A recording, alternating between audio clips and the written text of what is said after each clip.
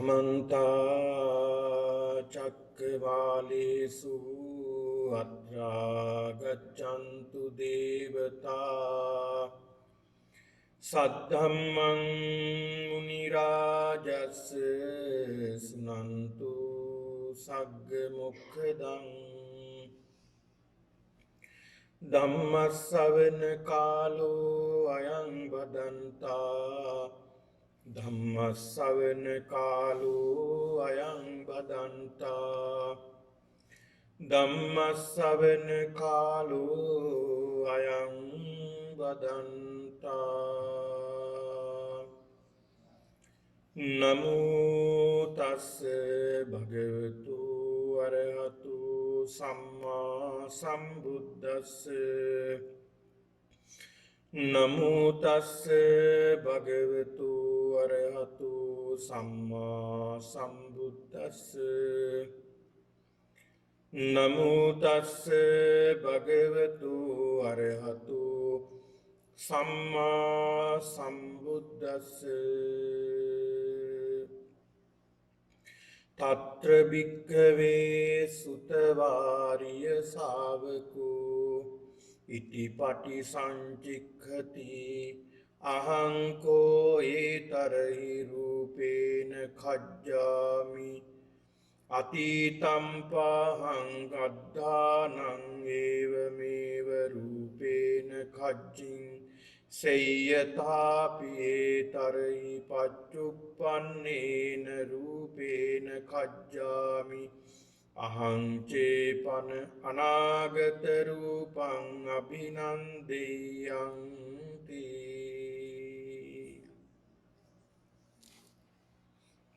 गौरवनीय ලොකු ස්වාමීන් වහන්සේගෙන් අවසරයි සදහබර වාසනාවන්ත පින්නතුනි වස්පින්කම් මාලාවේ තවත් එක දිනයක් ලෙස අද දිනේදී මේ පින්නතුන් විහාරස්ථානට පැමිණිලා බොහොම ශ්‍රද්ධාවෙන් යුක්තව ලෞතර බුදුරජාණන් වහන්සේ දිසා මේ සුවඳ මලින් ගිලන්පසින් බුදුරජාණන් වහන්සේ පුදමින් වන්දනා කරමින් දැන් මේ සූදානම් වී සිටින්නේ ධර්මානුශාසනාවකට සවන්පත් යොමු කිරීමට. අපි නිතර හිතන්නට ඕනේ, කල්පනා කරන්නට ඕනේ, මෙනෙහි කරන්නට ඕනේ. අපි විහාරස්ථානයට එනකොට මම මේ යන්නේ බුදුන් දකින්න යන ගමනක්. ලෞතර බුදුරජාණන් වහන්සේව දකින්නටයි වන්දනා කරන්නටයි මම මේ යන්නේ.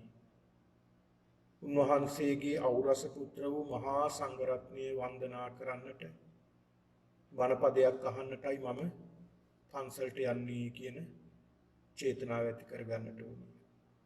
හරියට අනේ පිටු සිටුතුමා ජේතවනාරාමයට යනවා වගේ. එතුමා ජේතවනාරාමයට යන්නේ බුදුන් දකින්නට කියන චේතනාවෙන්. අන්න ඒ වගේ පන්සලට එනකොට ඔය ඇත්තොත් හිතන්න පුරුදු වෙන්න මම මේ ජේතවනාරාමයටයි යන්නේ. බුදුරජාණන් වහන්සේ වැඩ ඉන්නවා, උන්වහන්සේට වන්දනා කරන්නටයි මම මේ යන්නේ කියලා චේතනාව ඇති කරගන්න. වෙනතුනේ චේතනාව ඇතිවීමත් ඒ සිටිවිල්ල ගැන සිටීමත් බුද්ධ අනුස්සතිය. කෙනෙක් භාවනාවක්. බුදුහාමුදුරු ගැන මෙනෙහි කරනවා කියන්නේ බුදුන් දකින්නට නිතර මෙනෙහි බුදුහාමුදුරු ගැන සිතනවා කියන්නේ එක භාවනාවක්. එතකොට අපි නොදැනුවත්වම අපි භාවනාවක සිද්ධ කරලා. ඒක නිසා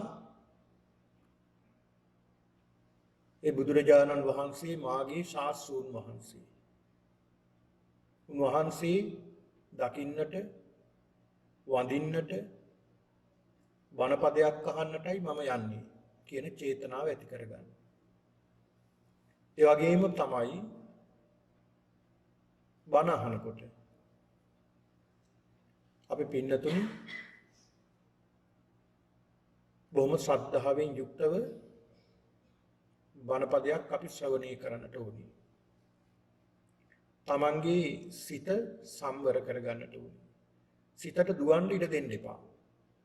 මේ සුළු මොහොතේ සුළු කාල පරිච්ඡේදය ඇතුළත ඔබ ඔබේ කාලය, ධනය, ශ්‍රමය වැය කරලා ඔබ මේ කරන පින්කමේ අර්ථයක් ලබන්නට, බොහෝ ප්‍රතිඵල ලබන්නට නම් අපි සිත සංවර කරගන්නට ඕනේ.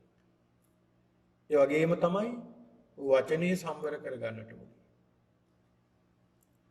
ඒ වගේම තමයි කය සංවර කරගන්නට ඕනේ. එම සංවර කරගෙන තමයි අපි බණපදයක් ශ්‍රවණය කරන්නට ඕනේ. එතකොට තමයි සේයතාපි නාම සුද්ධං වත්තං අපගත කාලකං රජනං සම්මදේව. බුදුහාමුදුරු උපමාවක් පෙන්ලා දෙනවා. හරියට අන්නේ සිටිවිල්ල ඇති කරගෙන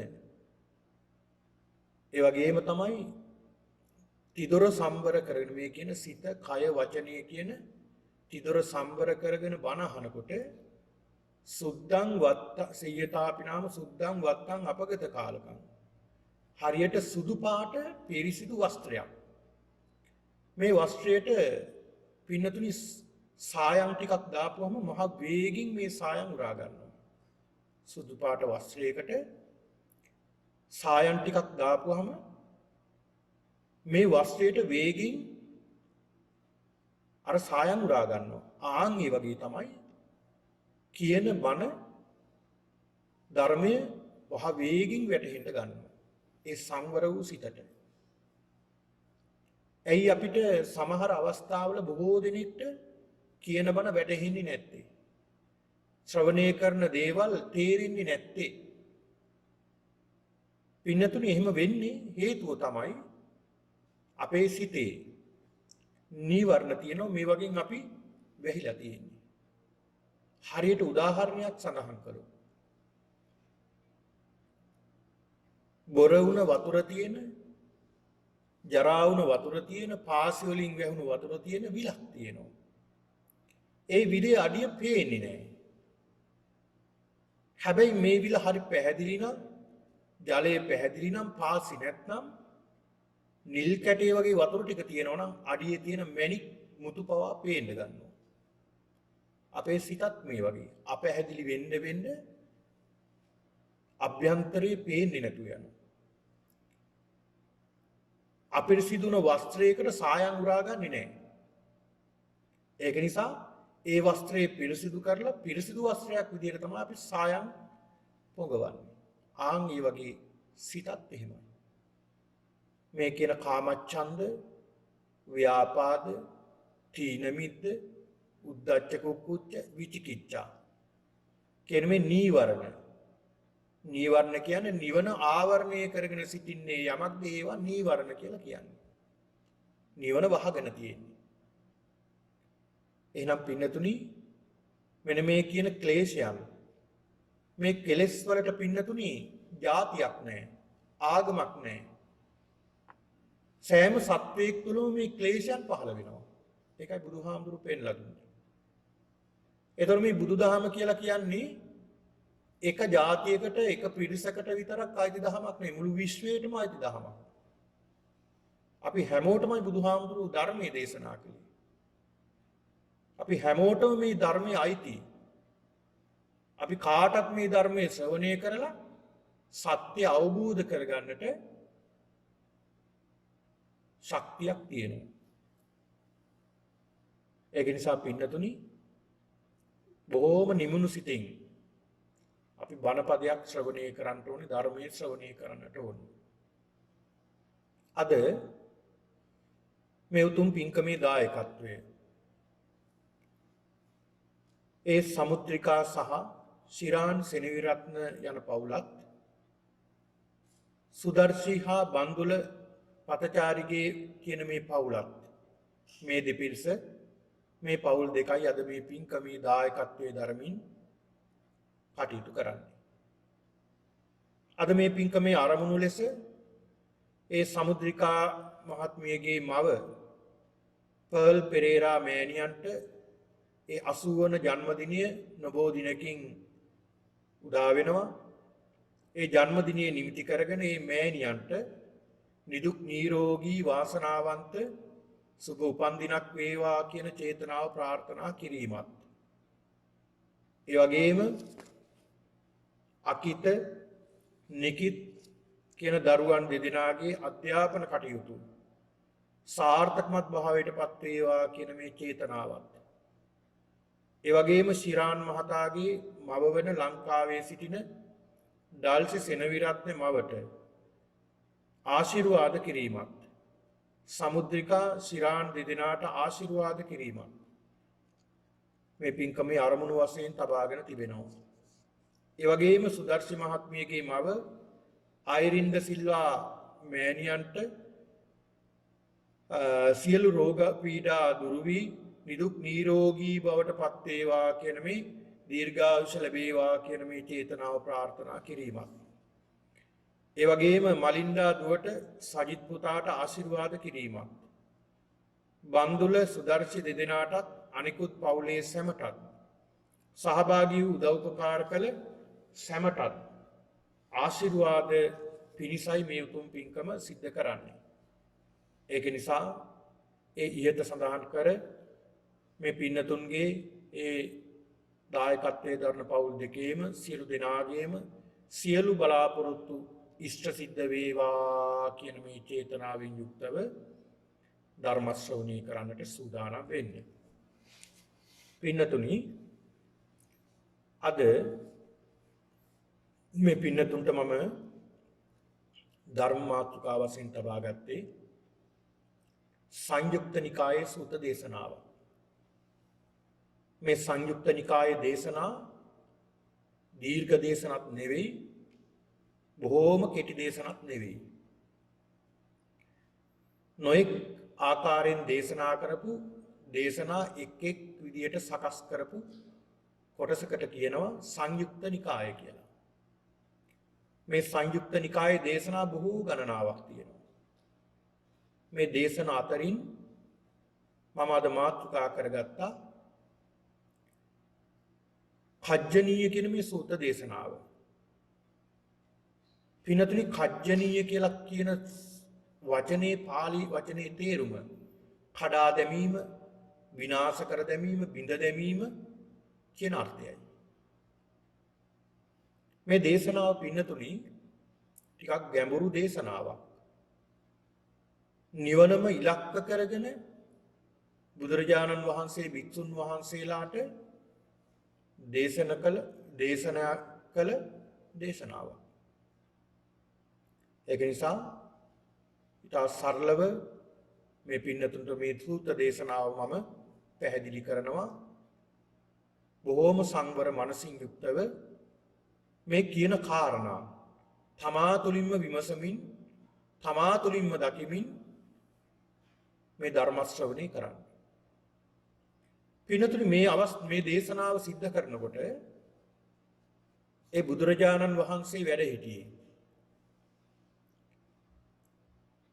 සවැත් නුවර ජේතවනාරාමයේ.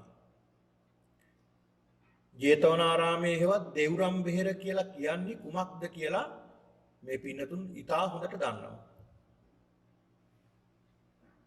මේ ජේතවනාරාමයේ පින්නතුනි මහා පුණ්‍ය භූමියක් විදියටයි සඳහන් වෙන්නේ. මේක සඳහන් වෙනවා අවිජහිත. ඒ කියන්නේ බුදුවරුන්ගෙන් පහසලත් පින්බිමක් කියන එකයි අවිජහිත කියන කාරණාවේ තේරුම. කකුසඳ, කෝණාගමන, කාශ්‍යප, ගෞතම කියන මේ මහා භද්‍ර කල්පයේ වැඩ සිටිය බුදුවරයන් වහන්සේලාගේ පහස ලැබපු පුණ්‍ය භූමියක් විදියටයි සඳහන් වෙන්නේ. අපේ භාග්‍යවතුන් වහන්සේ වස් කාල 19ක් මේ ජේතවනාරාමයේ වැඩ සිටියා. වස් කාල 19ක්. මේ කාල පරිච්ඡේදය ඇතුළත බොහෝ සූත්‍ර ගණනාවක් දේශනා කළා. ඔය සූත්‍ර පිටකේ බොහෝ සූත්‍රවල අපිට දකින්න තියෙනවා ඒවම් මේ සුතං ඒකං සමයං භගවා සාවත්‍යං විහෙරති ජේතවනේ අනාථ පිණ්ඩිකස්ස ආරාමේ. එහෙම තමයි ආරම්භ වෙන්නේ. ඒ කියන්නේ අනේපිඬු සිටුතුමා විසින් සකස් කරලා පූජා කළ ආරාමයේ ජේතවනාරාමයේ මේ ජේතවනාරාමයේ වැඩ ඉන්නකොට තමයි මේ දේශනාව සිද්ධ කළේ. එදා භාග්‍යතුන් වහන්සේ හවස් වරුවේ වික්ෂුන් වහන්සේලා එලිමහනේ රැස් වෙලා ඉන්නවා. මේ මොහොතේ බුදුරජාණන් වහන්සේ එතන තියෙන ධම් සභා මණ්ඩපය. සමහර අවස්ථාවල පින්නතුනි විහාර මන්දිරයේ ඇතුළත බුදුරජාණන් වහන්සේ ධර්මයේ දේශනා කරනවා. සමහර අවස්ථාවල එලිමහනේ සෙවණේ ගහක් මුල බුදුරජාණන් වහන්සේට පනවා තිබෙන ආසනයක වැඩ ඉන්නකොට වික්ෂුන් වහන්සේලාට ධර්මයේ දේශනා කරනවා. මේ එලිමහනේ කරපු දේශනාවක් තමයි මේ කජ්ජනීය කියන මේ සූත්‍ර දේශනාව. මේ මොහොතේදී වික්ෂුන් වහන්සේලා විශාල පිරිසක් එකතු වෙලා හිටියා. පින්නතුනි බුදුරජාණන් වහන්සේ ධර්ම දේශනා කරනවා. ඒ ධර්ම දේශනා කරන ක්‍රම ගණනාවකුත් තියෙනවා. ක්‍රම ගණනාවක් තියෙනවා බුදුහාමුදුරුවෝ ධර්මයේ දේශනා කරන. යම් යම් අවස්ථාවල බුදුහාමුදුරුවෝ ධර්ම දේශනා කරනවා ඒකාංශ ව්‍යාකරණ. ඒ කියන්නේ යම් කිසි ප්‍රශ්නයක් අහනවා කෙනෙක්. ස්වාමීනි මෙන්න මේ කාරණාව කියන්නේ මොකක්ද මේක කියලා අහපුවාම ඒ කාරණාවම යොමු කරගෙන උන්වහන්සේ ධර්මයේ දේශනා කරනවා. ඊළඟට විභජ්‍ය ව්‍යාකරණ. ඒ කාරණාව බෙදමින් නොඑක් විදිහට කොටස් කරමින් බුදුරජාණන් වහන්සේ ධර්මයේ දේශනා කරන තවත් ක්‍රමයක්. ඊළඟට පටිපුච්ඡා. පටිපුච්ඡා කියලා සඳහන් කරන්නේ අර බණ අහන්න ආපු කෙනාගෙන් ප්‍රශ්න කරමින් ධර්මයේ දේශනා කරනවා. ඊළඟ තපනීය කියලා සඳහන් වෙනව තවත් ක්‍රමයක්. ඒම තපනීය කියලා කියන්නේ පින්නතුනි අහන ප්‍රශ්න වලට පිළිතුරු දෙන්නේ නැහැ බුදුහාමුදුරුවෝ. එහෙම අවස්ථා දෙක තුනක් මේ සූත්‍ර දේශනාවල සඳහන් වෙනවා. ඒ කියන්නේ යම් යම් මතවල එල්බගෙන බුදුහාමුදුරුවෝ මොන මතේ දින්නේ කියලා බලන්න එනවා සමහරු බුදුහාමුදුරුවෝ කියලා කතා කරන්න. ඒ අවස්ථාවල බුදුහාමුදුරුවෝ දෙවර උත්තර දුන්නේ නැහැ. ඒවට තපනීය විදියට බුදුහාමුදුරුවෝ හැඳින්වුවා. නිහඬ වුණහන්සේ හිටියා. ඉතින් මේ මොහොතේදී බුදුරජාණන් වහන්සේ මේ දේශනාව සිද්ධ කරන්නේ පටිපුච්ඡා. උන්වහන්සේ විමසමින් තමයි මේ ධර්මයේ දේශනා කරන්නේ. අනික් කාරණාව තමයි පින්නතුනි උන්වහන්සේ ධර්මයේ දේශනා කරනකොට ඒ අයගේ නුවණ මෙතනින් නුවණ කියලා සඳහන් කළේ ඒ සත්වයන්ගේ. ඒ කියන්නේ ධර්මයේ ශ්‍රවණය කරන අයගේ. ධර්ම ශ්‍රවණය කරන ධර්ම ශ්‍රාවකයන් වහන්සේලාගේ නුවණ බලනවා. ඒ නුවණ කියලා මෙතනින් සඳහන් කළේ ඉන්ද්‍රිය ධර්මයන් වැඩිලා තියෙනවද කියලා. කියන්නේ ඉන්ද්‍රිය ධර්මයන් කියලා මෙතන සඳහන් කරන්නේ ඇස කන නාසය දිව ශරීරය මනස කියන මේ ඉන්ද්‍රියන් නෙවෙයි. ඒවා අපි ගන්න ඉන්ද්‍රියන්. අපි සාමාන්‍ය ලෝකයෙන් භාවිතා කරන ඉන්ද්‍රියන් තමයි ඇස කන නාසය දිව ශරීරය මනස කියන මේ ඉන්ද්‍රියන් අපි හිතන්නේ මේ ඉන්ද්‍රියන් පහ කියලා. බුදුරජාණන් වහන්සේ ධර්මයේ හඳුන්වනවා මේ ඉන්ද්‍රිය පහ කියලා සද්ධා විරිය සති සමාධි ප්‍රඥා. සද්ධා විරිය සති සමාධි ප්‍රඥා. දැන් මම මේ දේශනාව කරනකොට මේ සඳහන් කරන ඔය ඇත්තෝ තමන් දිහාම බලන්න තමන්ගේ මේව වර්ධනය වෙලාද කියලා. සද්ධාව වර්ධනය වෙලාද? දැන් සද්ධාව කියන්නේ ශ්‍රද්ධාවන්තකම. ධර්මයට ඇති කැමැත්ත. මේ ධර්මයට ඇති කැමැත්ත නිසා තමයි ඔය ඇත්තෝ මේ බණ අහන්නේ. ඊළඟ වීරිය. දැන් ඔය ඇත්තෝ දන්නවා මේ සසරේ තියෙන දුක. මේ සසර දුකයි කියලා දන්නවා. අපි සැප කියලා කොච්චර සැප වින්දත් අවසානට ඇති යන්නේ දුකටමයි. මේ සත්‍යය වේගින් ඇදෙන්නේ ජරාව මරණයට. දැන් අපිට වළක්වන්න පුළුවන්ද නවත්වන්න පුළුවන්ද වයසට යන එක? අපිට වළක්වන්න බෑ. දිරණ එක වළක්වන්න පුළුවන්ද? වළක්වන්න බෑ. තරුණ කාලේ හිතෙනවා ඉක්මනට වයස යනවා නම් හොඳයි කියලා. හැබැයි මැදිවියේ පහු වෙනකොට හිතනවා අයියෝ වේගය වැඩි. දැන් ඉක්මනට වයසට යනවානේ කියලා හිතෙනවා. මේව නවත්තන්න බෑ. එහෙනම් මේ ජරාවට මරණයටපත් වෙන මේ ශරීරයෙන් මිදෙන්නට මේකෙන් මේ ජරා මරණයෙන් බේරෙන්නට වීරියක් ඇති කරගන්නට ඕනා කියලා අදිෂ්ඨානයක් ඇති වෙනවා. වීරියක් ඇති කරගන්න ඕනා කියලා අදිෂ්ඨානයක් ඇති වෙනවා.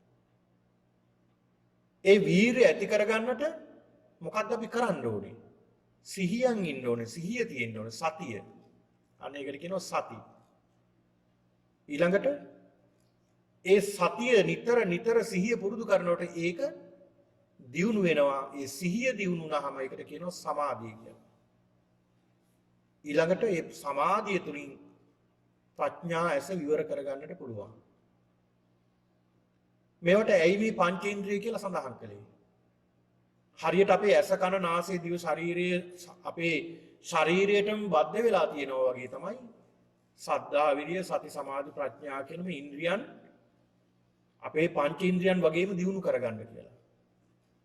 ඒ කියන්නේ දැන් අද මේ පින්නතුන් බණ අහන්නයි ආවේ. ඒතර ඇහෙන් ප්‍රයෝජනයක් නැහැ, කනෙන් විතරයි ප්‍රයෝජන. ඉතින් ඇහැ තියලා යමු කියලා ඇහැ තියලා ආවේ නැහැ. ඒකත් අරගෙන ආවේ. ඒ කියන්නේ මේ පංච ඉන්ද්‍රියන්ම ශරීරයට බද්ධ වෙලා කොහෙ ගියත් මේ වගේ ප්‍රයෝජන ගන්නවා. මේවා ප්‍රයෝජනයක් තියෙනවා. ආන් ඒ වගේ සද්ධා විරිය සති සමාධි ප්‍රඥා කියන ඉන්ද්‍රියන් පහ ශරීරේ පංචේන්ද්‍රියන් වගේ දියුණු කරගන්න කියලා බුදුහාමුදුරුවෝ දේශනා කරනවා. එහෙනම් පින්නතුනි බුදුරජාණන් වහන්සේ බලනවා මේ ධර්මයේ ශ්‍රවණය කරන ශ්‍රාවකයන්ට ඒ අයගේ ඉන්ද්‍රියන් වැඩිලාද තියෙන්නේ? කොහොමද ඒ අයගේ පින මතු කරලා ගන්නෙ කියලා උන්වහන්සේ බලනවා. ඒ බලලා තමයි ඒ අයට ඒ ගැළපෙන විදිහට ධර්මයේ දේශනා කරන්නේ. දැන් සමහර දේශනා මේ පින්නතුන් දකිනවා, සමහර දේශනා මේ පින්නතුන්ට බලන්න පුළුවන් ශ්‍රවණය කරනවා. සමහර දේශනා බොහෝම සරල කර්ම කාරණා අරගෙන තමයි දේශනා කරන්නේ. සමහර ධර්ම දේශනා තියෙනවා බුදුහාමුදුරුවෝ සිද්ධ කළ බොහෝම ගැඹුරුයි. ඉතින් ඒ දේශනා සිද්ධ කළා තියෙන ඒ අයගේ ප්‍රඥාව අනුව තේරුම් ගන්න පුළුවන් ප්‍රමාණය අනුව. දැන් මේ සූත්‍ර දේශනාව පින්නතුනි බුදුහාමුදුරුවෝ දේශනා කරන්නේ සතියෙන් සමාධියෙන් යුක්තව භාවනා කරන භික්ෂුන් වහන්සේලාට තමයි බුදුහාමුදුරුවෝ මේ දේශනාව දේශනා කරන්නේ. ඒක නිසා තරමක් ගැඹුරු දේශනාවක් මේ දේශනාව. ඒ මොහොතේ භික්ෂුන් වහන්සේලා එකතු වෙලා ඉන්නවා. බුදුරජාණන් වහන්සේ මොහොතේදී මහණෙනි කියලා අමතනවා. මේ මහණෙනි කියලා අමතලා බුදුහාමුදුරුවෝ දේශනා කරන මහණෙනි යම් කිසි කෙනෙක් අතීතයේ සිහි කරනවද? අතීත භවයේ සිහි කරනවද? ඒ සිහි කරන කෙනා මොනවද සිහි කරන්නේ? අතීත භවයේ සිහි කරනවා කියලා කියන්නේ දැන් මම සිහි කරනවා මගේ අතීත භවය. මම ගිය ආත්මේ කොහොම කෙනෙක් වෙන්නේ නැද්ද? ගිය භවයේදී ගිය ආත්ම භාවයේදී මම දිව්‍ය ලෝකෙ ඉන්නේ නැද්ද දන්නේ නැහැ. එහෙම නැත්නම් බ්‍රහ්ම ලෝකෙ ඉඳලා බැස්සක් දන්නෙත් නැහැ මෙහාට. එහෙම නැත්නම් සතර අපායේ ඉඳලා ඒ අකුසල කර්ම ගෙවිලා මෙතෙන්ට ආවද දන්නෙත් නැහැ. එහෙම නැත්නම් තිරිසන් සතෙක් වෙලා හිටියද දන්නෙත් නැහැ කියලා එහෙම සිතිවිලි එන්නේ නැද්ද අපිට? ඔය නිකන් ඉන්න ගමන් ඒවා එනවා අපිට. එහෙම හිතෙනවා. එහෙම හිතෙනකොට බුදුහාමුදුරු දේශනා කරන හිමි හිතෙනකොට මොනවද ඒ සිහි කරන්නේ? ඔය ඇත්තෝ හිතුවද? දැන් ඔය ඇත්තෝ හිතනවා එහෙම. දැන් මම ගිය ආත්මෙ දෙවි කෙනෙක් වෙලා ඉන්න ඇති.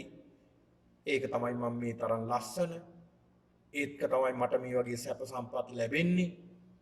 ඒක නිසා මම ගිය ආත්මෙ නම් මම මෙහෙම කෙනෙක් වෙලා ඉන්නම ඇති කියලා නිකන් හිතෙනවා. බුදුහාමුදුරු දේශනා කරනවා එහෙම හිතෙනකොට එහෙම සිහි කරනකොට ඒ සිහි කරන කෙනා මොනවද සිහි කරන්නේ? එයා සිහි කරන්නේ තමන්ගේ අතීත භවය. තමන්ගේ අතීත භවය. අතීත භවය කියන්නේ මොකද්ද? වෙන මොකුත් නෙමෙයි පංච උපාදානස්කන්ධයමයි සිහි කරන්නේ. අතීත පංච උපාදානස්කන්ධයයි සිහි කරන්නේ. ඒකේ නම. ඒකනේ සිහි කරන්නේ. එතකොට බුදුහාමුදුරු පෙන්ලා දෙනවා මේ අතීත පංච උපාදානස්කන්ධය සිහි කරනවා. ඊළඟට අපි මේ භවයේ අතීතය සිහි කරනවා කියලා හිතමු. අපි හිතමු ගිය සුමානේ අපි මෙන්න මේ වගේ ගමනක් ගියා. මෙන්න මේ වගේ ගමනක් ගියා. මේ වගේ ගමනක් ගිහිල්ලා අහවල් තැනින් මෙන්න මේ වගේ කෑමක් කෑවේ. ඒ කෑම මෙන්න මේ වගේ රසයි. මෙන්න මේ වගේ දෙයක් ඒක. සිහි කරනවානේ. ඒ සිහි කරන්නේ මොනවද? පංච උපාදානස්කන්ධය සිහි කරන්නේ. අතීත පංච උපාදානස්කන්ධයයි සිහි කරන්නේ. ඔයත් හිතලා තිබුණාද මේ පංච උපාදානස්කන්ධයයි මේ සිහි කරන්නේ කියලා? නෑ හිතලා තිබෙන්නේ නෑනේ නේ. පෙර භවයේ එහෙම නැත්නම් අතීතයේ අපි සිහි කළොත් සිහි කරන්නේ මොකද්ද? උපාදානස්කන්ධ පහක් ගැන සිහි කරන්නේ මේ. මොනවද සිහි කරන්නේ? බුදුහාමුදුරු විස්තර කරනවා මෙන්න මෙහෙම. රුප්පදීතිකෝ භික්ඛවේ තස්මා රූපන්ති උච්චති. එතකොට පංච උපාදානස්කන්ධය කියන්නේ මොකක්ද? රූප උපාදානස්කන්ධය. වේදනා උපාදාන ස්කන්ධය. සංඥා උපාදාන ස්කන්ධය. සංස්කාර උපාදාන ස්කන්ධය. විඥාන උපාදාන ස්කන්ධය. දැන් මොනවද මේ කියලා සමහරුන්ට අර්ථය වැටහෙන්නේ නැතුව ඇති. ඊටමත් සරලව මම මේ ටික නැවතත් පැහැදිලි කරන්නම්. රූප උපාදානස්කන්ධය. උපාදානකේ රූප කියන්නේ මේ අපේ මේ ශරීරය. රූපය.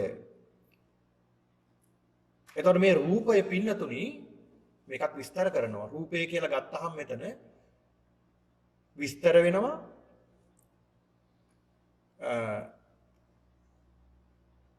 ඇස, කන, නාසය, දිව, ශරීරය කියන මේ පංචේන්ද්‍රියන් මේවට කියනවා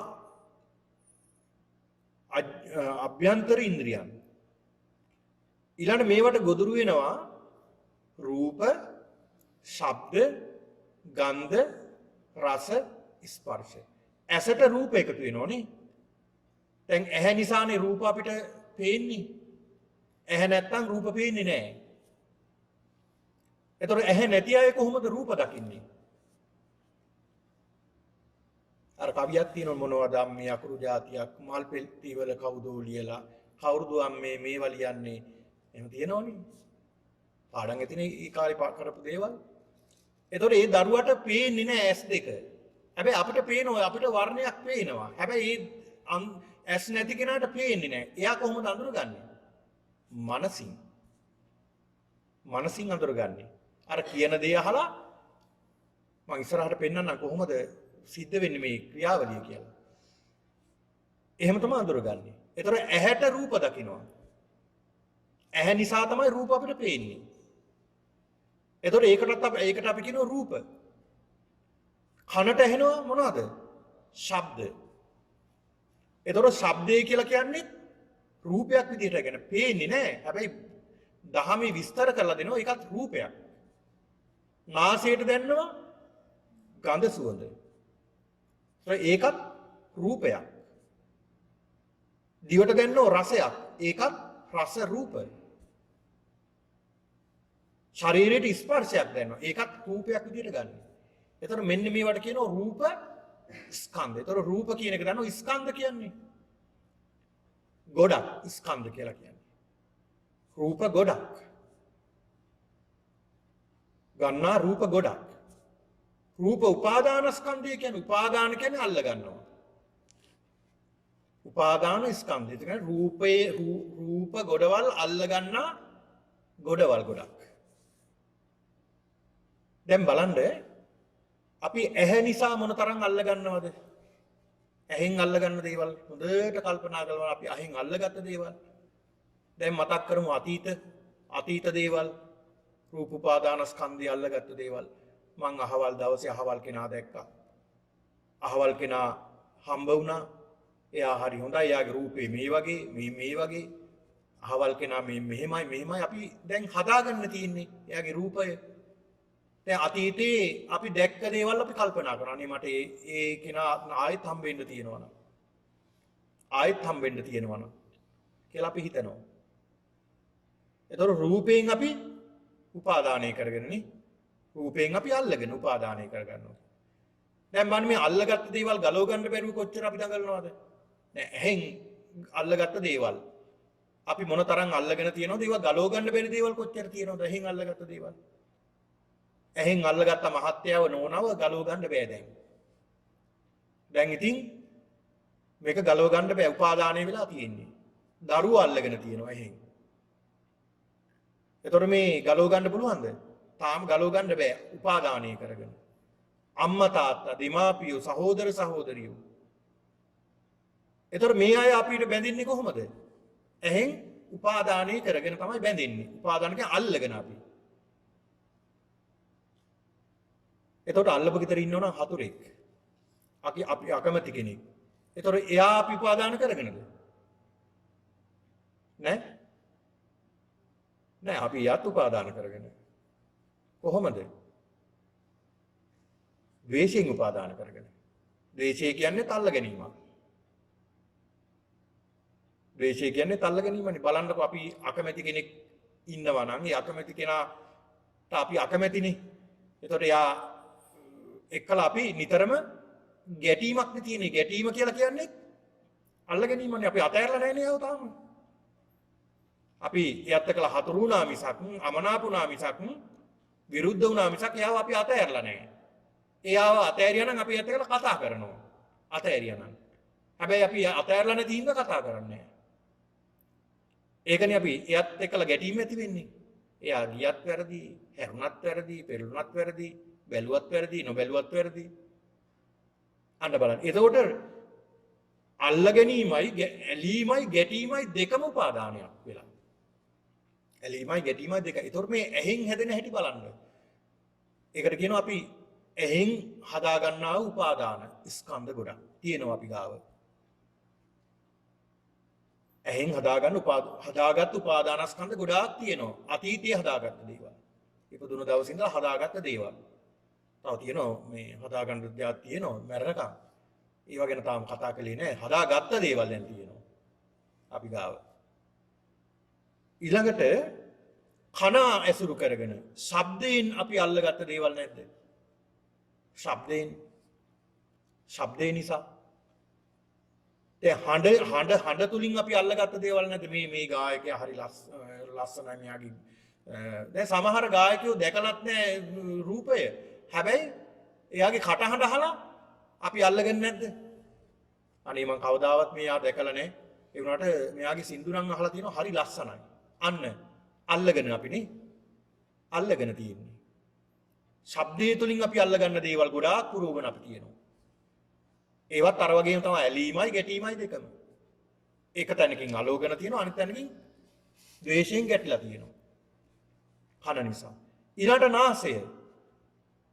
නාසය ඇසුරු කරගෙන ගඳ සුවඳින් අපි මොන තරම් අපේ ග්‍රහණය කරගෙන තියෙනවද? උපාදානය කියලා කියන්නේ අල්ල ගන්නවා. අල්ලගෙන තියෙනවද? ටිකක් කල්පනා කරලා බලන්න අතීතයේ අපි මොන තරම් අල්ලගෙන දේවල් තියෙනවද? නේ මල් වත්තකට ගියොත් මල් පැලයක් හරි අරගෙන එනවා. ඒකේ සුවඳ දැක්කහම. ඇයි? මේ මල නම් හරි සුවඳයි. මේක මයි ගෙදරත් හිටව ගන්න තියෙනවා නම්. අර නාසයෙන් අපි අල්ලගත්තානේ. යන තැන බලන්න මේ සුවඳ තියෙනවද කියලා. ඊළඟ දිවෙන් අපි අල්ලගත් දේවල් රස උපාදානය කරගත් දේවල් මොන තරම් තියෙනවද? කෑම වර්ග ඇහුවොත් ලියන්න පොත් ඉඩමදි. ඒ තරම් කෑම වර්ග අපි රස විඳලා තියෙනවා. කැමතියි අපි. මේ කෑමට කැමති, මේ කෑමට කැමති, මේකට අකමැති. ඒතර අපි හදාගත්ත ගොඩක් තියෙනවා මේ කැමති අකමැති. කැමති අකමැති කියන්නේ උපාදාන. උපාදාන කියන්නේ තෘෂ්ණාව. ඒ උපාදානය තමයි තෘෂ්ණාව ගාවට යන්නේ. තෘෂ්ණාව තමයි උපාදානය වෙන්නේ. එතකොට මේ ඇස, කන, නාසය, දිව, ඊළඟ ශරීරය. ශරීරය තුලින් ස්පර්ශ තුලින් අපි මොන තරම් අල්ලගෙන තියෙනවද උපාදානය කරගෙන තියෙනවද කියලා. දැන් ඔය ඇත්තන්ට ඔය මෙත් එහෙම තියලා තියෙනවා වාඩි වෙන්න. ඇයි? උපාදානය කරගෙන තියෙන හින්දා. දැන් අපිටත් මේ තියලා තියෙන අපිත් උපාදානය කරගෙන ඉඳන්. ඒ කියන්නේ මේවා පහසු නිසා කියලා තියෙනවා පහසු එක ගන්නවා අපිනේ. පහසු එකනේ ගන්න අපි. දැන් බිත්තියින්ට හේතුවක් එහෙම දාලා ඉන්නේ මොකක් නිසාද? උපාදානය කරගෙන හින්දා. ඇයි? පහසු නින්දා. ඒකට අපි ඇලිලා හින්දා. ඒ පහසුවට අපි ඇලෙනවා. ඇලෙන නිසා අපි එතෙන්ට සමහරු දැන් මෙහෙනම් නැහැ. මෙහෙ නෙමෙයි. ඔය ලංකාවේ ගැන මම මේ කියන්නේ. දැන් සිල් ගන්න සමහරුව එනවා. එයා ඉඳගත්ත තැනමයි ඉඳගන්නේ හැමදාම. වෙන කවුරු හරි එදා ඒකතන ඉඳගෙන තිබුණොත් ආයි උන්දට එදා ඉවරයි. උපාදානය කරගෙන බලන්න මොන තරම් අපි උපාදානය කරගන්නවද මේ දේවල් නේ? දැන් මිනිස්සු උපාදානය කරගෙන හැටි මේ අපි නොදැනුවත්ව සමාජයට උපාදානය වෙලා. පස්සේ ඉදන්නේ මේක උපාදානයක් කියලා. මොන තරම් උපාදානය වෙලාද? මොන තරම් උපාදානයක් වෙලාද? ඉතින් මේවා තමයි අපි අල්ලගන්නේ. ඒ අල්ලගන්න දේවල් අපි මේ ගලව ගන්න උත්සාහ කරන්නේ. හැබැයි අල්ලගන්න දේ දැන් අපි ගලව ගන්න හදනකොට සමහරවිට අපි දන්නේ මේවට සමහරවිට අපි ඇල්ලලා. අපි හිතන්නේ මේ ගලව ගන්නයි මේ ඉන්නේ කියලා. දැන් පන්සල් එන්නේ ගලව ගන්න බලාගන්නේ. උපාදානය. අන්තිමේට ඒවා අලව ගන්නවා. ඔන්න බලන්න. ඉතින් ඒක නිසා මේ ඇස, කන, නාසය, දිව, ශරීරය මේ වගේ අපි උපාදානෙමයි එකතු වෙන්නේ නේ. උපාදානෙමයි ඒකට කියනවා රූප උපාදාන ස්කන්ධය කියලා. රූප ගොඩක් අල්ලගත්තා අපි. මොන තරම් රූප ගොඩක් අපි අල්ලගෙන තියෙනවද? මතක් කරුවොත් මොන තරම් ගොඩක් අපි ගාව තියෙනවද? රූප උපාදානස්කන්ධ. ඇස, කන, නාසය, දිව, ශරීරය මේ වගේ. මොන තරම් අල්ලගෙන තියෙනවද නේ? දැන් මේ අපි හිතමුකෝ දැන් අලුත් සෝෆා සෙට් එකක් ආවොත් මේ පරණ එක හොඳ නෑ ඒක ඊට වඩා හොඳයි. මේක අපි අයින් කරමු. මේක ගමු. කියලා අපි අර ස්පර්ශයට කැමති නිසානේ. සැපයට කැමති ඒකටත් අල්ලගන්නේ. මොන තරම් අපි මේ ඇහැ කන නාසය දිව ශරීරයේ මනස තුලින් අපි අල්ලගෙන තියෙනවද මේ උපාදාන කර. ඒතකොට මේකට කියනවා අපි මේ සසර පැවැත්මේ තමයි මේ සඳහන් කරන්නේ. මේ අපි ගාව තියෙන දේවල්. ඒතකොට මේ ගොඩ අපි ගාව තියෙන උපාදානස්කන්ධ ගොඩ. ඊළඟ ගොඩ තමයි පින්නතුනි වේදනා උපාදානස්කන්ධය. වේදනා කියලා කියන්නේ. දැන් මෙතන සඳහන් වෙනවා රූපය ගැන සඳහන් කරනකොට පින්නතුනි රුප්පතිති භික්කවේ තස්මා රූපන්ති උච්චති. රුප්පණේ වෙනවා. එහෙම නැත්නම් වෙනස් වෙන නිසා මේකට කියනවා රූපය කියලා. මොන වගේද වෙනස් වෙන්නේ? සීතං. සීත නිසා වෙනස් වෙන්නේ නැද්ද? මේ ශරීරයේ සීත නිසා වෙනස් වෙන්නේ නැද්ද? දැන් දැඩි සීතලේ අපි හිටියොත් ඇඟ වේලෙනවා.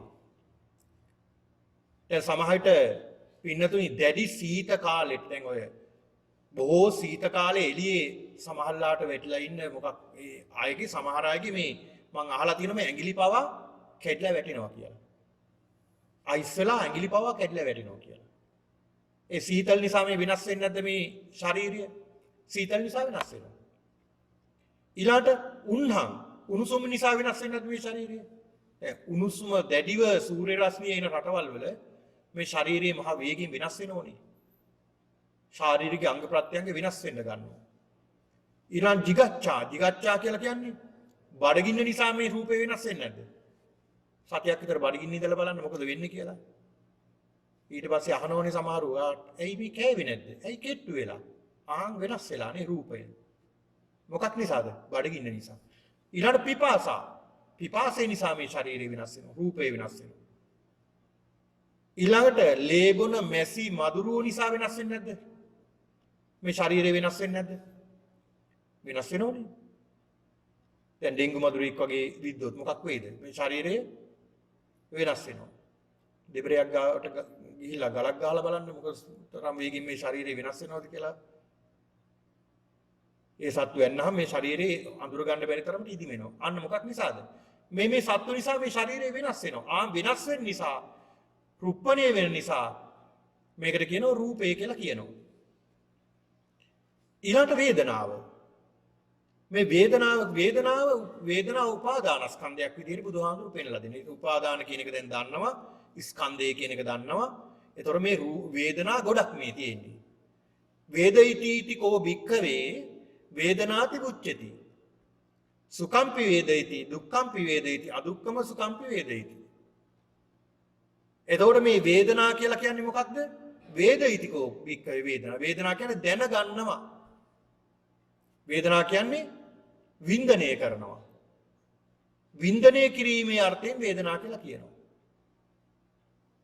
මොනවද අපි වින්දනය කරන්නේ? සැප වේදනා අපි ගන්නවනේ. ඊළඟට දුක් වේදනා ගන්න නැද්ද? දුක් වේදනත් ගන්නවා. අදුක්ඛම සුඛ ඒ කියන්නේ මේ දෙකටම නැති මධ්‍යස්ථ වේදනත් අපි ගාවට තියෙනවා. එතකොට මෙතන තියෙන්නේ රූප ගොඩක් දැන් කතා කළා. දැන් මෙතන ඊළඟට තියෙනවා වේදනා ගොඩක් අල්ලගෙන අපි. කොහොමද මේ වේදනා ගොඩ අපි අල්ලගෙන තියෙන්නේ? ඔය අල්ලගෙන තියෙන විදිය තමයි. දැන් ටිකක් කල්පනා කරලා බලන්න ඉඳගෙන ඉන්නවා අපි බොහොම පහසුයි කියලා. සැපයි කියලානේ අපි වාඩි උනේ. නේද? වේදනාවක් ඒ. ඒතකොට සැප වේදනාවක් අපිට ආව වාඩි වෙනකොට නේ. දැන් මේ පැයක් විතර වගේ ගත වෙලා වාඩි වෙලා ඉඳලා දැන් ඕන් ටිකක් අර සැප කියන එක අනිත් පැත්තට පෙරලීගෙන යන වෙලාවක්. ඒ කියන්නේ දුක් වේදනාවක් එනෝනේ.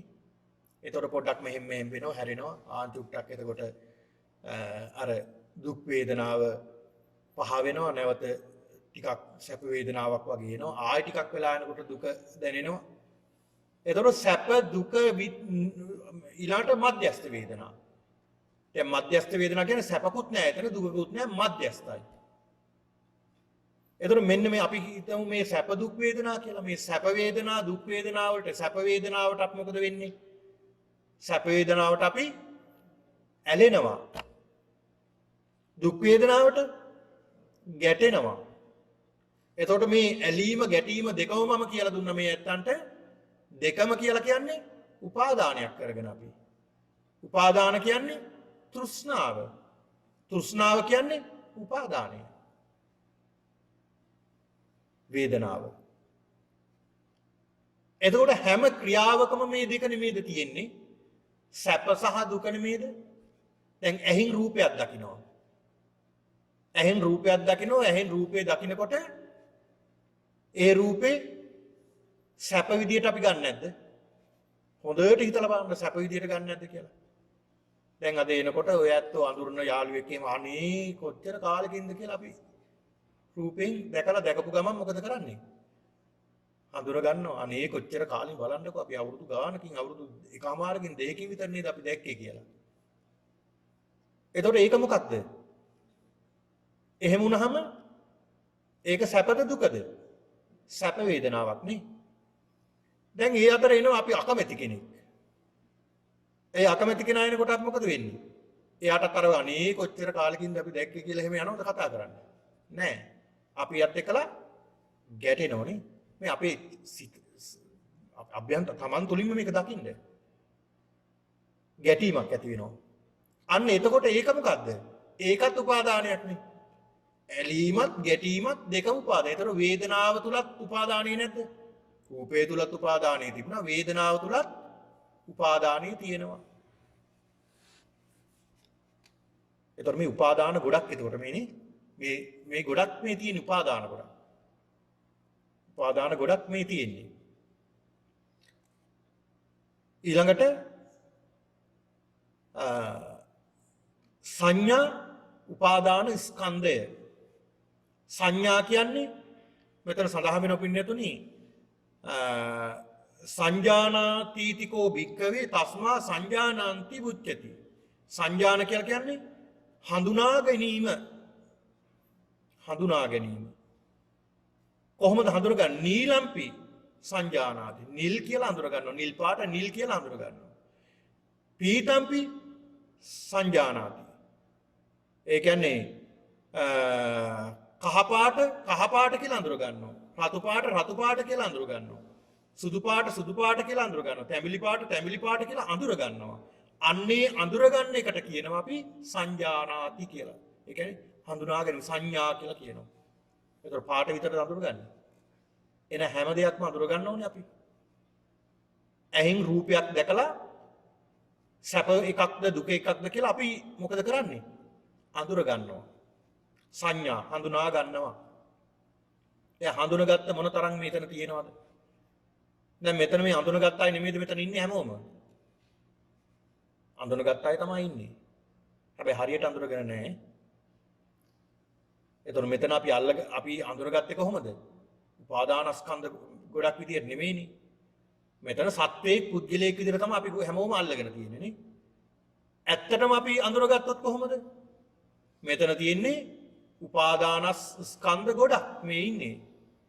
රූප ගොඩක්, වේදනා ගොඩක්, සංඥා ගොඩක්, සංකාර ගොඩක්, විඥාන ගොඩක්. ඊළඟට පඨවි ආපෝ තේජෝ වායෝ කියන මේ මහා භූත රූප ගොඩක් තමයි මේ ඉන්නේ තියෙන්නේ. එහෙම තමයි අපි අවබෝධ කරගත යුත්තේ. එතකොට පින්නතුනේ මේ සංඥා අපි අඳුර ගන්න දේවල්. මේ අඳුර ගන්න දේවල් මොන තරම් අපි අඳුරගෙන තියෙනවද? දැන් බලන්න රූපයක් දැක්කම මේ රූපයේ තුලින් අපි මොන තරම් දේවල් අඳුර ගන්නවද? රූපයේ තුලින් මොන තරම් දේවල් අඳුර ගන්නවද? දැන් අපි හිතමු මෙහෙම උදාහරණයක් විදිහට.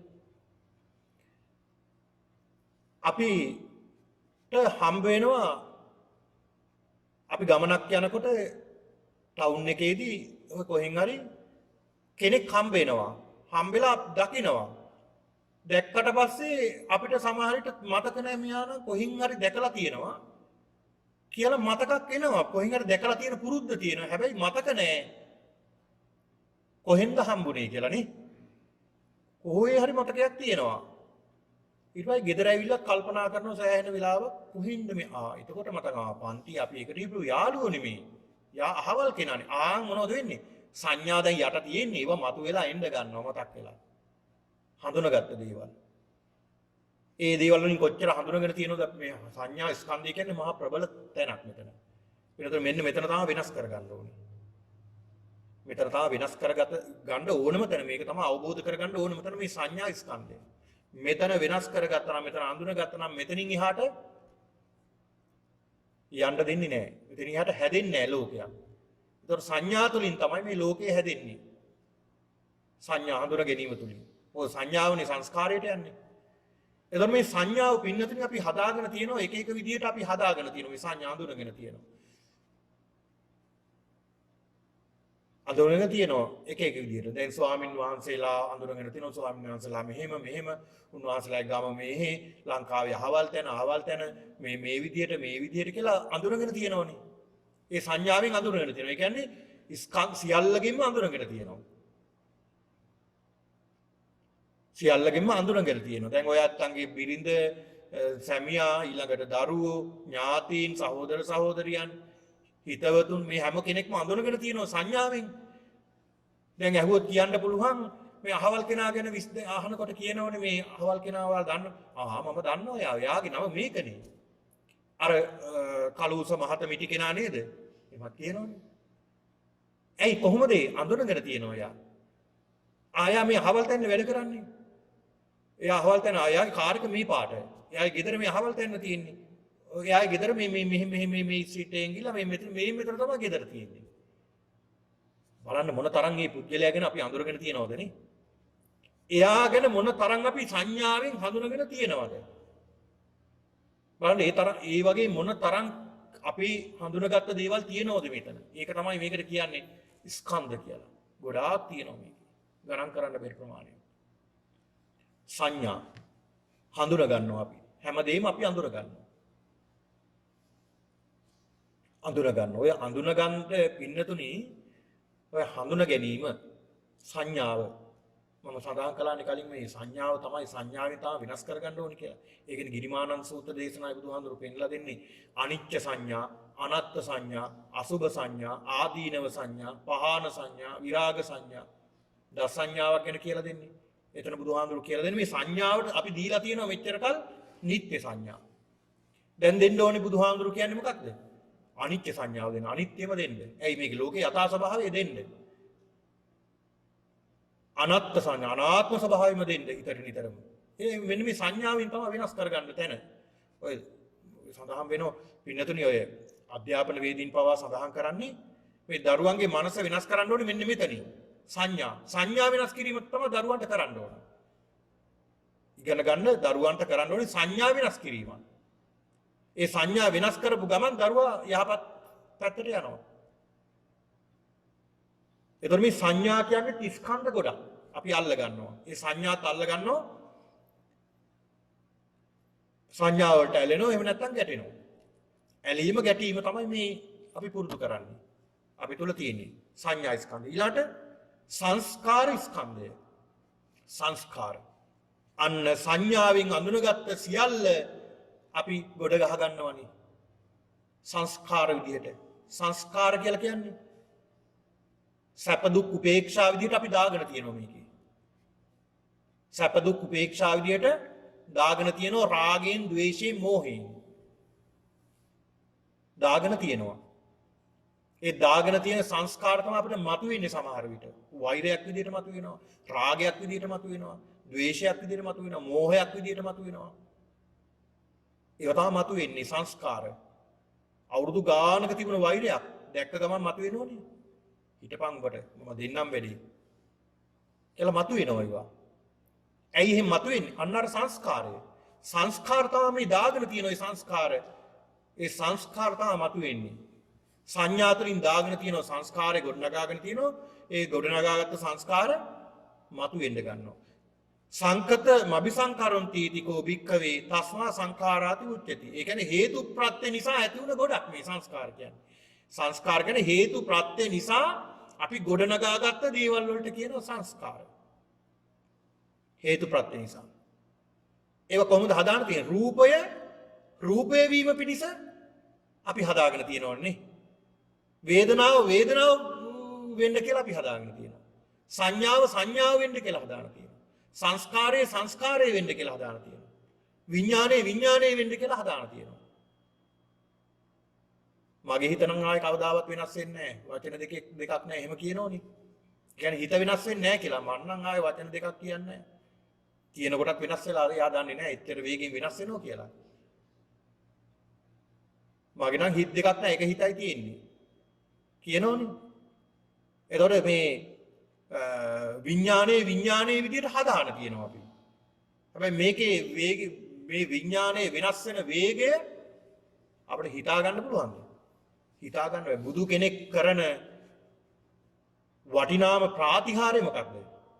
පිළිතුරු බුදු කෙනෙක් කරන වටිනාම ප්‍රාතිහාර්ය යමාමා පෙළහැර නෙමෙයි. උන්වහන්සේ කරපු මහා පෙළහැර තමයි ෂණයක් පාසා අසුරුසනක් පාසා වෙනස් වෙන මේ සිත දැකලා මේ සිතේ වෙනස් වීම පිළිබඳව දේශනා කරපු එක නෙමෙයිද? මේ සිත අල්ලගත් එක මොනතරම් අමාරුද? දැන් අපිට හිතෙන්නේ නැහැ අපිට හිතක් තියෙනවා කියලාවත්. සමහරවිට අපි හිතන්න ගියාම මේ හිතනවා කියලා හිතෙන්නේ මොනතරම් වේගෙන් මේ සිතිවිලි වෙනස් වෙනවද? ක්ෂණයක් පාසා මේ සිතිවිලි වෙනස් වෙනවා. ඒ තරම් වේගෙන්. ඊළඟ පින්නතුනි විඥාන ස්කන්ධය. ඒකත් විඥාන ගොඩක් අපි අදාගෙන තියෙනවා. ඒ කියන්නේ ඇහෙන් රූප දැකලා, කනින් ශබ්ද අහලා, නාසයෙන් දිවෙන් ශරීරයෙන් මේ වගේ සැප දුක් විදියට සංඥා හදාගෙන අපි හිත ඇති කරගෙන තියෙනවා. ඇහෙන් රූප දැකලා අපි හදාගෙන තියෙනවා චක්කු විඥානයක්. විජානාතීතිකෝ භික්ඛවේ තස්මා විඥානන්ති උච්චති. දැනගන්න නිසා, අඳුනගන්න නිසා මේකට කියනවා විඥාන කියලා කියනවා. විජානාතීති. හඳුර ගන්නවා, දැනගන්නවා කියන අර්ථය. එක දේවල් අපි දැනගන්නවානේ මේ අහවල් දේ මේ හැම දෙයක්ම දැනගන්නේ අපි මේ සිත නිසා. සිත පවතින්නේ මොකක් නිසාද? සිත පවතින උපාදානය නිසා. අපි උපාදානය නිසා තමයි මේ සිත පවතින්නේ. මේ සිතේ පැවැත්ම ඇති වෙන්නේ උපාදානය නිසා. හරියට අර මකුළුවෙක් දැලගොතලා ඒ මකුළුවගේ වම් පැත්තේ අඬු තුනයි දකුණු පැත්තේ අඬු තුනයි අර දැලේ ප්‍රධාන දැලේ කොන් 6ට තියාගෙන ඉන්නවා අඬු 6. සතෙක් වැදුන ගමන් ඒ සතා කොහොමද දැනගන්නේ මේ අහවල් තැන කියලා? හෙලවෙනවා. ඒක ඒ වැදුන තැන හෙලවෙනවා. ඒතකොට දැනගන්නවා මෙතන තමයි ඉන්නේ කියලා. ඒ සතා පැටළුනේ. වහා මෙතන ක්‍රියාත්මක වෙනවා. සිතත් ඔය වගේ. පංචේන්ද්‍රියන් අරමුණු කරගෙන එනවා නම් යම්කිසි අරමුණු වහා සිත එතෙන්ට දුවනවා. බලන්නකො සිත මොන තරම් වේගෙන් දුවනවද? මොන තරම් වේගෙන් දුවනවද? දුවල ග්‍රහණය කරගන්නවද? රාග වශයෙන් ග්‍රහණය කරගන්නවා, ද්වේෂ වශයෙන් ග්‍රහණය කරගන්නවා. අල්ල ගන්නවා, ගැටෙනවා. එහෙම නැත්නම් එක්කෝ ඇලෙනවා, එක්කෝ ගැටෙනවා. ඇලීම සහ ගැටීම නෙමෙයිද මේ සිතේ තියෙන්නේ. ඒතකොට මේ සිත කියලා කියන්නේ විඥානය කියන්නේ ස්කන්ධ ගොඩක්. සිත් ගොඩක් මේ තියෙන්නේ. සිත් ගොඩක් අපි ගාව තියෙන්නේ. මෙන්න මේක අවබෝධ කරගන්න කියලා බුදුහාමුදුරු පෙන්නලා දුන්නා. එතකොට දැන් අපිට දැන් මේ පින්නතුන්ට අවබෝධ වෙනවා දැන් අපි ගාව තියෙන්නේ මොනවද? ස්කන්ධ ගොඩක් මේ. රූප ස්කන්ධ ගොඩක්, වේදනා ස්කන්ධ ගොඩක්, සංඥා ස්කන්ධ ගොඩක්, සංඥා සංකාර ස්කන්ධ ගොඩක්, විඥාන ස්කන්ධ ගොඩක් මේ තියෙන්නේ. එතකොට මේ ස්කන්ධ ගොඩවල් නිසා මොනවද ඇති වෙන්නේ? ස්කන්ධ ගොඩවල් නිසා උපාදානිය ඇති වෙනවා. උපාදානිය කියන්නේ අල්ල ගන්නවා. ඒ අල්ලගත්ත නිසා අපිට යන්න අමාරුයි නේ. දැන් අපි හිතමු මාරය ඇවිල්ලා අද රෑ කතා කරනවා. රෑ 12ට විතර දොරට තට්ටු කරලා දැන් හොඳයි යන්න වෙලාව යම්ද කියලා කියනකොට ඔයත් දොර අරගෙන යයිද? යන් ලැහැත්ති වෙලා එන්නම් කියලා කියයිද? ඇත්තටම හිතලා බලන්න ඔයත් එහෙම මරණයට බයද නැද්ද කියලා ඇත්තටම අපිට බයක් හිතෙනවනේ. ඇයි? අපි තාම අල්ලගෙන ඉන්නේ. දැන් කොහොමද මම මැරෙන්නේ? දරුවන්ගේ අධ්‍යාපන කටයුතු තියෙනවා. ළමයි ඉගෙන ගන්න කමවත් මේ මාරයා ඉන්න එපා ටිකක්. එහෙම හිතෙනවනේ. ඊළඟට මේ ගෙදර මේ මෝගේජ් එක තව ගෙවලා ඉවර නැහැ. මේ ළමයි මොනව කරගනින්ද දන්නේ නැහැ. ඒක ඉවර වෙන කමවත් අඩු ගානේ. එහෙම අපි හිතනවනේ නේ. අපිට හිතෙනවනේ. ඇයි? අපි තාම අපි ඇලිලානේ. හැබැයි කතා කරුවම යන්න වෙනවා. ඔය මොකුත් මාරයට නෑ. විලාව ආව ගම කර්ම ශක්තිය ඉවරුන ගම යන්න වෙනවා. හැබැයි නමුත් අපි මොකද වෙලා තියෙන්නේ? අපි තාම ඇලිලානේ. අපි තාම ඇලිලා. අනෝය මේක ස්වභාවය මේක. ඉතින් මෙන්න මේක තේරුම් ගන්නයි ඕනේ. ඇලෙනෝ තමයි අපි. එතකොට මේක ඉස්සලා තේරුම් ගන්න ඕනේ. මේ අපි ඇලෙනවා කියලා මුලින් තේරුම් ගන්න ඕනේ. ඊට පස්සේ ගැලවෙන්න පුළුවන්. දුක කියන එක දුකක් කියලා දැනගත්තොත් නේ දුකින් මිදෙන්න පුළුවන්. දුක කියන එක දුකක් කියලා දන්නේ නැති තාක්කල් එයාට මිදෙන්න පුළුවන්ද? මිදෙන්න බෑනේ. මොකද එයා දන්නේ නැහැ දුකක් කියලා. ඉස්සලා දුක අවබෝධ කරගන්න ඕනේ. ඊට පස්සේ දුකෙන් මිදෙන්න පුළුවන්. එතකොට මේක පින්නතුනේ මේක උපාදාන ස්කන්ධ ගොඩක් කියලා අපි අවබෝධ කරගන්න ඕනේ. ඒ අවබෝධ කරගත්තාම මේ උපාදාන ස්කන්ධ ගොඩින් මිදෙන්න පුළුවන් අපිට. මිදෙන්න පුළුවන්. බුදුහාමුදුරු පෙන්ලා දෙනවා මේ මහණෙනි මෙන්න මේවා උපාදාන ස්කන්ධ ගොඩක්. ඒතර මේවට ඇලෙන්න එපා. මේවට ගැටෙන්නත් එපා. මේවා ස්කන්ධ වශයෙන් ගන්න කියලා බුදුහාමුදුරු පෙන්ලා දෙනවා. ඒතර බුදුහාමුදුරු පෙන්ලා දෙනවා මේ උපාදාන ස්කන්ධ. මේ උපාදාන ස්කන්ධ මේවට අපි ඇලෙනවා කියලා අවබෝධ කරගන්න. ඇලෙනවා කියලා අවබෝධ කරගන්න. ඒ ඇලෙනවා කියලා අවබෝධ කරගත්තාම තේරුම් ගත්තාම අපිට ලේසි මේ වගේ මිදෙන්න. ඒතර අපි දන්නවනේ මේවට ඇලෙනවා කියලා. ඇලෙනවා අපි ඇලෙනවා ඉදිනදා ඇලෙනවා මේවට. අපි දැනගෙන ඇලෙන්නේ හැබැයි. ටික කාලයක් මෙහෙම යනකොට පින්නතුනේ අපි මේක ඇලීමක් කියලා මේ සිත ගැන හොඳ අවබෝධයෙන් අවධානයෙන් අවදියෙන් ඉන්නකොට අපිට තේරෙනවා මේ මට ආවේ මෙහෙම සිතිවිලි. මේක මේ මෙහෙම උපාදානස්කන්ධයක් මේ තියෙන්නේ මේක. මේ සිත මෙහෙමයි හට අරගෙන තියෙන්නේ. මේක මේ විදිහටයි සිද්ධ වෙන්නේ. චක්කුංච පටිච්ච රූපේ උප්පජ්ජති චක්කු විඥානං. ඇහැයි රූපයයි ගැටුණ තැන චක්කු විඥානයක් ඇති වුණා. ඇහැ නිසා සිතක් ඇති වුණා. තින්නම් සංගති පස්සෝ. ඒ තුනම එකතු වුණාම ස්පර්ශ වුණා. පස්සපච්චය වේදනා. ස්පර්ශය නිසා වින්දනයක් හටගත්තා. අන්න වින්දනය සැප හෝ දුක් විදියට වින්දනයක් ඇති වුණා. තින්නම් සංගති පස්සෝ පස්සපච්චය වේදනා වේදනාපච්චය තණ්හා. වින්දනය නිසා අන්න ගියා තණ්හාවට. ඇයි? සැප හෝ දුක් විදියට අල්ලගත්තනේ. එක්කෝ සැපේට ඇලුනා එහෙම නැත්නම් දුකට ගැටුණා. ඇලීම හෝ ගැටීම. ඇලීම හෝ ගැටීම දෙකම වේදනාපච්චය තණ්හාවට ගියා. ඊළඟ තණ්හාපච්චය උපාදාන. අන්න තෘෂ්ණාව නිසා මොකද වෙන්නේ? අන්න අපි අල්ල ගන්නවා. හැමදේම තණ්හාවෙන් අල්ල ගන්නවා. ඒ තණ්හාව එකක්, උපාදාන එකක්. ඒ කියන්නේ දෙකම එකම මේ බෝට්ටු යන දෙකක් තමයි. නමුත් ඒ දෙකේ වෙනස අපි තේරුම් ගන්න. තණ්හාවට වැඩිය භයානකයි උපාදානය. දැන් තණ්හාව කියන කෙනා නම් අපි මේ උදාහරණයක් කියලා දෙනවා. තණ්හාව දැන් අපිට තණ්හාව තියෙනවා සල්ලි එකතු කරනවා. ඊට පස්සේ දරුවන්ට ආදරේ තෘෂ්ණාවක් තියෙනවා. අපේ රැකියාවට අපි ආදරේ අපි මේ විදිහට තණ්හාවක් තියෙනවනේ අපි ලංකාවට ආදරේ. එහෙම අපි තියෙනවනේ. අපේ දේවල් වලට අපි ආදරේ තණ්හාවක් තියෙනවා. උපාදානය කොහොමද දන්නවද? ඒවත් දැඩිව අල්ලගෙන තියෙනවා. අතාරින්නේ නැහැ. කොච්චර දැඩිවද කියලා කිව්වොත් කොච්චර දැඩිවද කිව්වොත් තමන්ගේ කිසිම දෙයක් තව කෙනෙකුට අල්ලන්නවත් දෙන්නේ නැහැ. දැඩිව අල්ලගෙන. දැඩිවම අල්ලගෙන. අන් ඒකට කියන උපාදානය. දැඩිව අල්ලගෙන තියෙනවා. දැන් ඉඩ කඩන් අල්ල ගන්නවා. යාන වාහන, ගේ දොරවල්, ඊට පස්සේ වතු පිටි, හරක බාන, ඊළඟට ගස් කොළන් අපි අල්ලගන්න දැඩිව අල්ලගෙන ඉන්න අය නැද්ද? දැඩිව අල්ලගෙන. ආයි ගෙදරින් ගහකින් ගෙඩියක් හරි කැඩුවොත් උන්දයි දා ඉඳලා අමාරයි. දැඩිව අල්ලගෙන. තදින් අල්ලවකට කියන උපාදාන. අන්නේ උපාදාන පත්‍ය මොකද වෙන්නේ? දැඩිව අල්ලගත්ත නිසා භවයක් හට ගන්නවා. භවයකට යන්න හදනවා දෙතෙනින්. භවපත්‍ය ආන භවයේ හේතු කරගෙන ආන් උපදිනවා. ජාතිපත්‍ය ජරා මරණ ශෝක පරිදේව දුක්ඛ දෝමනස් උපායාස සම්භවಂತಿ. ඒ කියන්නේ ඉපදුන නිසා මොකද වෙන්නේ? දැන් පොදක් ඇති වුණානේ තෘෂ්ණාව නිසා, උපාදාන නිසා. ඒක නිසා මොකද වෙන්නේ? ජරාවටපත් වෙනවා, වයසට යනවා, ලෙඩ වෙනවා, මැරෙනවා, අඬනවා, වැළපෙනවා, ශෝක කරනවා, බැන ගන්නවා, ගහ ගන්නවා, රණ්ඩු වෙනවා, හිතමනාපකම් ඇති වෙනවා, දුක් විඳිනවා. ඔය ටික සිද්ධ වෙනවා. සංසාර චක්‍රේ. ඒ සංසාර චක්‍රය ඇති වෙන මේ උපාදාන ස්කන්ධ පහ නිසා. ස්කන්ධ පහ උපාදානය කරගත්ත නිසා. බුදුරජාණන් වහන්සේ පෙන්ලා දෙනවා මහණෙනි මේ ස්කන්ධ විදියට දකින්න. මේ වගේ ඇති වෙන්නේ දුකක්මයි කියලා දකින්න. එතකොට මේ රූප ස්කන්ධය මමද? දැන් රූපේ මම කියලා ගන්න පුළුවන් බුදුහාමුදුරු බුදුන් වහන්සේට මෙනෙහි කරන්න කියනවා. මේ රූපය මහණින් දෙ බුදුහාමුදුරු ප්‍රශ්න කරනවා. මහන්නේ මේ රූපය ආත්මද අනාත්මද?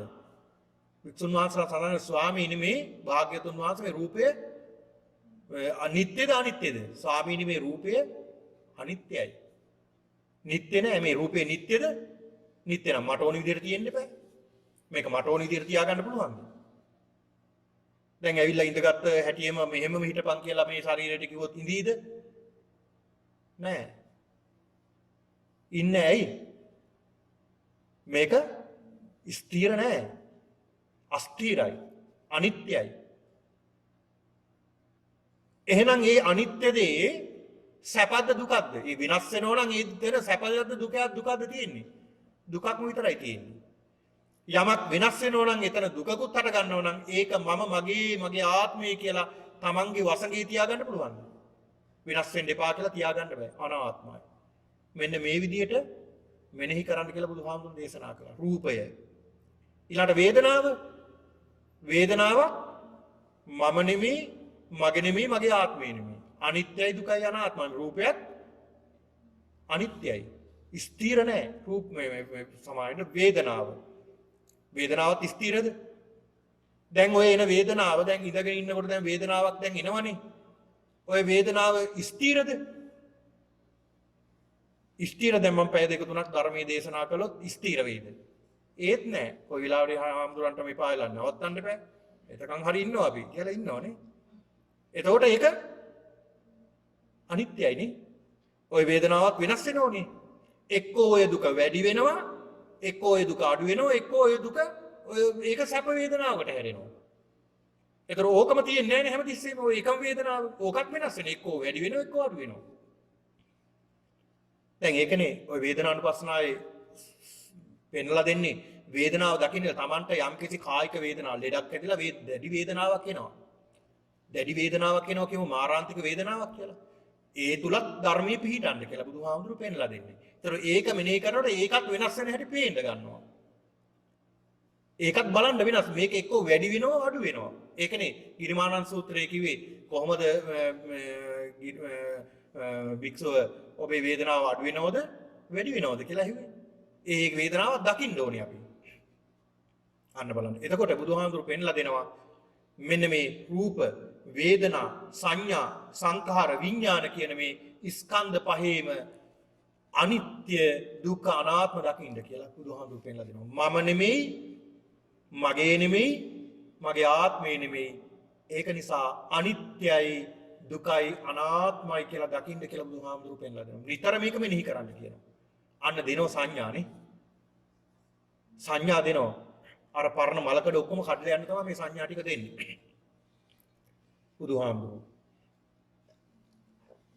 බුදුහාමුදුරු පෙන්ලා දෙනවා මේ විදිහට මෙනෙහි කරන භික්ෂුව මේ විදිහට උපාදාන ස්කන්ධ පහ මම නෙමෙයි, මගේ නෙමෙයි, මගේ ආත්මේ නෙමෙයි, අනිත්‍යයි, දුකයි, අනාත්මයි කියලා Taman දකින රූපය වේවා, ශබ්දය, ගන්ධ, රස, ස්පර්ශ ඊළාට හදාගන්න විඥාන මේ සියලුම දේ රූප, වේදනා, සංඥා ළම Taman ලැබෙන වේදනා, සංඥා, සංස්කාර, විඥාන මේ සියල්ලම මම නෙමෙයි, මගේ නෙමෙයි, මගේ ආත්මය නෙමෙයි, අනිත්‍යයි, දුකයි, අනාත්මයි කියලා මෙනෙහි කරන්න කියන මේ මෙනෙහි කරන භික්ෂුව මේ සසර ගමන නවත්තනවා. ඒ කෙනා පින්නතුනි බුදුහාමුදුරු පෙන්ලා දෙනවා අන්නේ කෙනා සසර පැවැත්ම විනාශ කරනවා. සසර පැවැත්ම මේ සසර පවතින්නේ මොකක් නිසාද? උපාදානී නිසානේ. මේ අල්ලගන්න නැති වුනහම මේක පැවැත්මක් තියනවද? පැවැත්මක් නැහැ. අල්ලගන්න නැති වුනහම පැවැත්මක් නැහැ. ඒතකොට මේ සසර ගමන වින් නැති කරනවා. දුරු කරනවා මේ සසර ගමන. රැස් කරන්නේ නැහැ. ඊළඟට අල්ලගන්නේ නැහැ, අතහරිනවා මෙයා. විසිරුව හරිනවා මේ ස්කන්ධ පහ. එකතු කරන්නේ නැහැ, නිවනවා, දල්වන්නේ නැහැ, නොදල්වා සිටිනවා මේ දේවල්. ඒ කෙනා. එතකොට යා මේ සසර ගමන අවසන් කරපු කෙනෙක්. අවසන් කරපු කෙනෙක්. එතකොට පින්නතුනි බුදුහාමුදුරු පෙන්ලා දෙනවා මේ කාරණාව දේශනා කරලා. එතකොට ඒ කෙනාට ආයේ නිවන්න දෙයක් තියනවද? න්යා නිවන්නේ නැහැ. ඇයි? නිවන ඉවරයි යා. නිවන්න දෙයක් නැහැ යාට. එයා සියලුම සසර ගමන නිමා කරලා තියෙනවා. එතකොට යාට පංච උපාදාන ස්කන්ධයක් තියනවද? නැහැ. එයාට පංච උපාදාන ස්කන්ධයක් නැහැ. එයාට තියෙන්නේ මොකක්ද? පංචස්කන්ධයක් තියෙන්නේ. උපාදානයක් නැහැ එතන. අල්ලගෙන නැහැනේ. එයා ඇලෙන හැම දෙයක්ම අතහැරලා තියෙන්නේ. ඇලෙන්නේ හැටි ඒකේ හේතු ප්‍රත්‍ය සියල්ලම දකිනවා. ඒ දකින නිසා එයා අල්ලගන්නේ නැහැ. ඒ වගේ හේතු හැදෙන හැටි ප්‍රත්‍ය හැදෙන හැටි සියල්ලම එයා දකිනෝ. දකින නිසා ඒ වගේ අනිත්‍ය දුක්ඛ අනාත්ම කැටි කැටි බිනි බිනි විනාශ වෙන හැටි එයා දකිනවා. ප්‍රඥාවෙන් දකින නිසා අවබෝධ කරගත්ත නිසා එයා ඇලෙන්නේ නැහැ. එතකොට මේ රහතන් වහන්සේලාට පසේ බුදු මහරහතන් වහන්සේලාට උපාදානස්කන්ධ නැහැ. උන්වහන්සේනේ පංචස්කන්ධය. හැබැයි උන්වහන්සේලා පිරිනුවම් පානකම් උන්වහන්සේලා මේ දැන් මේක හදාගත්ත කයක් නේ මේක ආයුෂ ඉවරනකම් යන්න එපා. එතකන් උන්වහන්සේලා යනවා. එතකන් උන්වහන්සේලාට වේදනාව දැනෙනවා. ලෙඩ වෙනවා. වයසට යනවා. ඒවා උන්වහන්සේ ධර්ම බලයෙන් යටපත් කරගන්න පුළුවන් උන්වහන්සේලාට. හැබැයි උන්වහන්සේලා ඒ ක්ලේශ පරිනිර්වාණය කළා ඊළඟ ස්කන්ධය පරිනිර්වාණය කරනවා. එතන කිසි දෙයක් නැහැ. අන්න බලන්න මේ සියල්ල නැති කරපු උත්තමයා බුදුහාමුදුරු පෙන්ලා දෙනව මොකක්ද? කීනා ජාති උසීතම් බ්‍රහ්මචර්යයන් නාපරං ඉත්තත්තායති අබ්බඤ්ඤාස. කීනම් පුරා කීනා ජාති. කීනා කියන්නේ විනාශ කළා කියන එක. ජාති ඉපදීම නැති කළා යා. ඒ උපදින්නේ මොකක් නිසාද? උපදින්නේ භවයක් ඇති වෙනවා. භවය ඇති වෙන්නේ උපාදාන නිසානේ. උපාදානය ඇති වෙන්නේ තණ්හාව නිසානේ.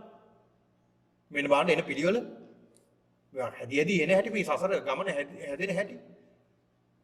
කීනා ජාති. එතකොට අතීතයේ යා දැක්ක දේවලුත් වර්තමානයේ දැක්ක දේවලුත් අනාගතයේ දකින්න තියෙන දේවලුත් එයා හදාගන්නේ උපාදානස්කන්ධ විදියට. එයා සියල්ලම දකින්නේ අනිත්‍ය දුක්ඛ අනාත්ම විදියට. උපාදානස්කන්ධ විදියට අල්ලගන්නේ නැහැ. කීනා ජාති. එතකොට ජාතිය නැති කළා යා. උසීතම් බ්‍රහ්මචර්යයන්. ඒ කියන්නේ බඹසර වාසය කරලා අවසන් කළා. ඒ කියන්නේ කරන්න දෙන සීල් දැන් සීල ප්‍රතිපදාව දැන් අපි සීල් රකින්නේ මොකද? දැන් චුල්ල සීල, මහා සීල, මධ්‍යම සීල කියලා සීල් වලක් තියෙන කොටස්. ඇයි අපි සිල්වත් වෙන්න ඕනේ? එතෙන්ට යනකන්නේ. එතෙන්ට යනකම් අපි සිල්වත් වෙන්න ඕනේ. උසීතම් බ්‍රහ්මචර්යයෙන්. එතකොට බ්‍රහ්මචර්යාවේ හැසිරලා බණ භාවනා කරලා සියල්ලම කරලා ඒක නිවා කරලා දැන් තියෙන්නේ.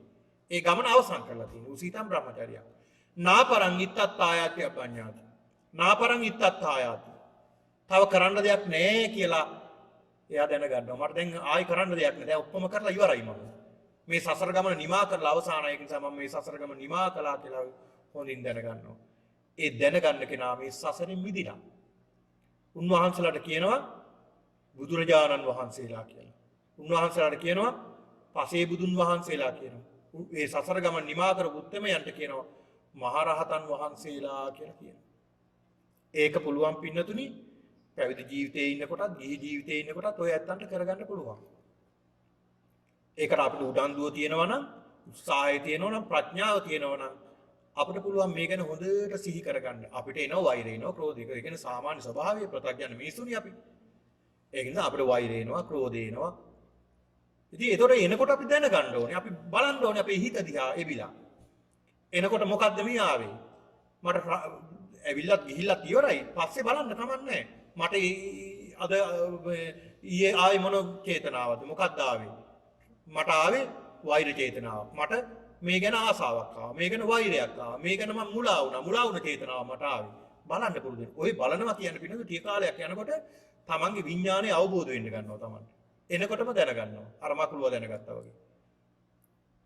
අන්න එතකොට සිහිය පිහිටනවා. ඒ සිහිය දියුණු වුණාම සමාධියට හැරෙනවා. සමාධිය ප්‍රඥාවට හැරෙනවා. ප්‍රඥාව කියලා කියන අනිත්‍ය දුක්ඛ අනාත්ම විදියට දකින්න පුළුවන්. සසර ගමන නිමා කරනවා. ඒක නිසා පින්නතුනි අපි උත්සාහ කරමු මේ අපේ පංච උපාදානස්කන්ධය පිළිබඳව හොඳට අවබෝධ කරගෙන තමන්ගේ සිත පිළිබඳව හොඳට අවබෝධ කරගෙන අපි සියලු දෙනාටම මේ සසර ගමන නිමා කරගන්නට මේ උතුම් ධර්මානුශාසනාව හේතු වාසනා වේවා කියලා සාදු කියලා ප්‍රාර්ථනා කරගන්න.